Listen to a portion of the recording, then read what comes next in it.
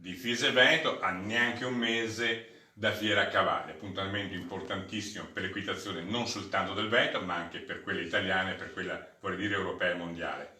Fiese Veneto a Fiera Cavalli cosa fa? Beh, Fiese Veneto sarà presente, è doveroso insomma che lo sia anche negli altri anni, l'anno scorso già e quest'anno con un bellissimo stand all'interno del padiglione 5, nel quale verranno presentate un po' tutte le attività che Fiese Veneto ha posto in essere in quest'anno, alcuni cenni di quella che sarà l'attività e la programmazione per il 2020. Perché ci sono anche delle idee non strettamente legate al mondo sportivo agonistico, se ho ben capito.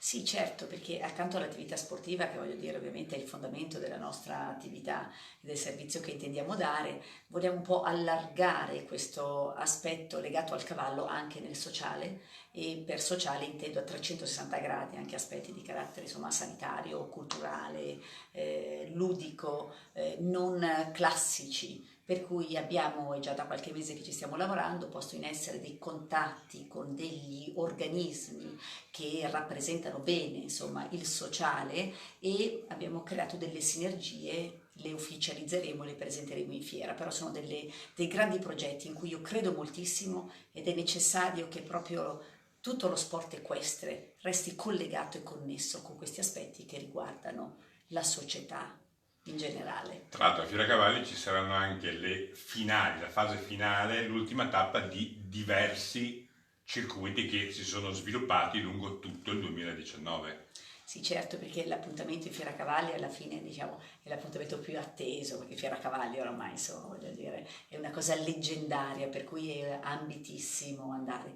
La federazione ha programmato una serie di circuiti, di trofei, Di finali. sì, e quindi con la finale che A è Fiera prevista Cavalli. ovviamente a Fiera Cavalli, quindi noi avremo anche dei nostri giovani rappresentanti in tutte le finali, è giusto che sia così, per cui c'è anche questo aspetto proprio prettamente agonistico che comunque ci lega in ogni caso alla fiera. Che tra l'altro vediamo se lo sa o se non lo sa. Lei sa l'anno scorso, visto che abbiamo fatto anche insieme un battesimo della sella, chi salì per la prima volta in sella a Fiera Cavalli l'anno scorso? Vediamo se la colgo preparata o non preparata.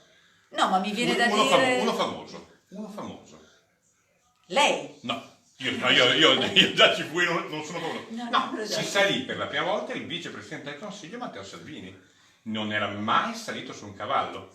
A Fiera Cavalli accadde, lo sapeva. Benissimo, questo non lo sapevo, proprio questo dettaglio non lo sapevo. Quindi il bello, l'orgoglio di aver messo in sella il vicepresidente del Consiglio a Fiera Cavalli. Sono cose simpatiche, insomma, che accadono perché questa è davvero una kermesse fantastica. Sì, fra l'altro anche noi saremo occupati con il battesimo della sella, perché è stato affidato a noi ovviamente come regione ospitante, per cui abbiamo già il super lavoro, il Dipartimento Poni ludico che si sta organizzando, perché comunque anche la gestione con tutti quei numeri di alunni che vengono dalle scuole, insomma è comunque una cosa impegnativa per farla bene. E poi, visto che la cosa mi vede coinvolta, racconterete queste cose con Red TV, anche con degli speciali per illustrare tutti i dipartimenti, l'attività di un anno. Certamente, c'è sempre Rai TV, il nostro partner, e verranno appunto intervistati i responsabili o comunque dei cavalieri, insomma persone che potranno dire e raccontare molto bene la loro.